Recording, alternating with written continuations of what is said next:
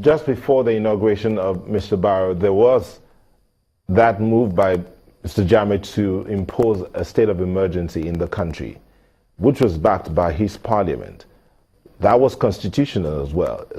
As the things stand now, would that also be put aside just so that the country can move forward?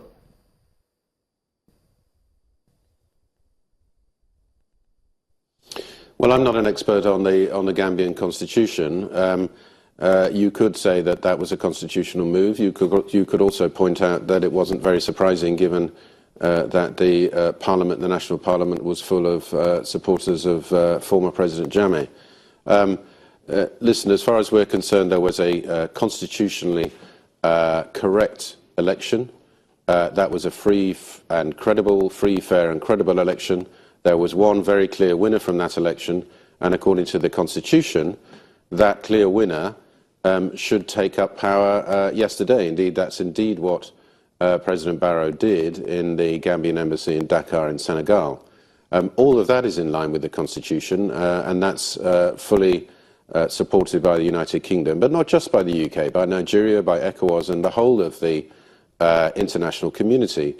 You know, the UN Security Council resolution that was voted on last night was drawn up and agreed in almost record time.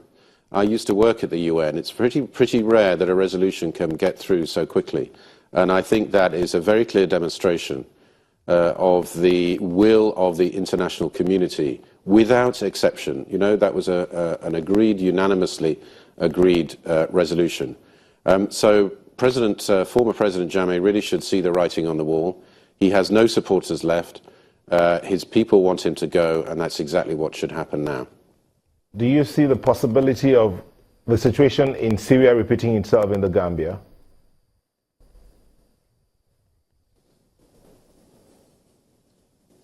No, I think the situation in Syria is very different. The situation in Syria is an extremely complicated issue. I mean, if you look at the disposition of forces, it's clear from what the Chief of the Defence Staff has said and from what the vast majority of the army in the Gambia have said, they no longer support the former president. They are loyal to the president. And it's very clear that the president now is President Barrow. That means that the army and military are loyal to the president. There may be a few people around Jammeh who will remain loyal to him, but we do hope that they do not resist, that former President Jammeh agrees to go peacefully and that there is no violence. So I don't see a parallel with Syria. I do hope this is resolved very quickly for the sake of the people of the Gambia, but also for the sake of the region. This is not a happy situation for the region to face, and I must say that ECOWAS have handled it extremely well, with the support, of course, of President Buhari as the mediator. You've been a great advocate for, dialogue and mediation, and I see how busy you've been in the social media, following you on your Twitter handle. You also mentioned that visit by Nigeria's Vice President to Niger Delta. You did say you're very happy about it, excited, and you would love to see that negotiation or conversation continues in the days to come. Speak to us more on that. What exactly did you see in that visit?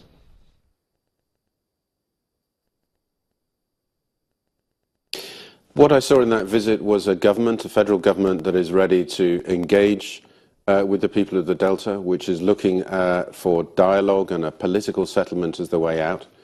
And I was very encouraged by that. The Vice President saw a number of key people down there.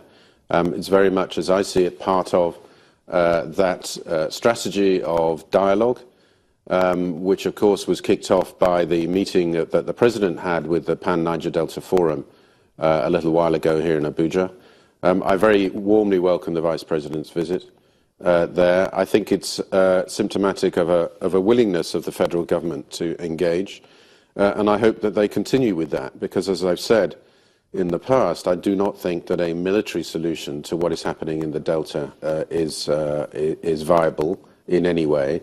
A political solution is what is necessary, and for a political settlement to really take root, there needs to be dialogue and discussion and maybe disagreement, but also agreement but you need to talk to each other. And that's why I was particularly encouraged by the visit of the Vice President last week. What are the other things besides the conversations that the Vice President had in the Niger Delta, what are the specifics you'll be expecting coming out of this tour by the Vice President?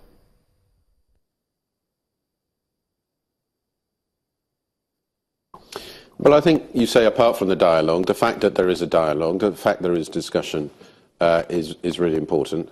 I've said before that the actions by the militants in damaging, destroying pipelines or oil or gas facilities is hurting their own communities more than it's hurting anybody else. And I think that needs to stop. It's criminal activity. There needs to be security in the Delta, absolutely. That's very important. And in no way do I condone the activities of the militants. Quite the opposite. I condemn what has been happening there. It's important that everybody pulls together for the good of the community down there. There are some long-standing grievances, and I think part of this dialogue must be around investigating those grievances, looking at what are the solutions to the problems down there, handling perhaps the perceptions that in the south that when I was there I came across those perceptions that a so-called northern government is neglecting the south. I don't think that's true, but I think it's very important that the dialogue demonstrates very clearly that the federal government is listening to what is happening there. So there needs to be security. It's important that the sabotage and the vandalism stops in order for the community to thrive as much as for Nigeria to thrive. So I would certainly appeal to the militants to stop those kind of activities and to join this dialogue which the Vice President was pursuing when he was down in the region last week. We'll take a moment. When we return, we'll be looking to talk more on the inauguration that will be happening in the United States today, talking about President-elect Trump's administration until then. So we'll take a moment and return.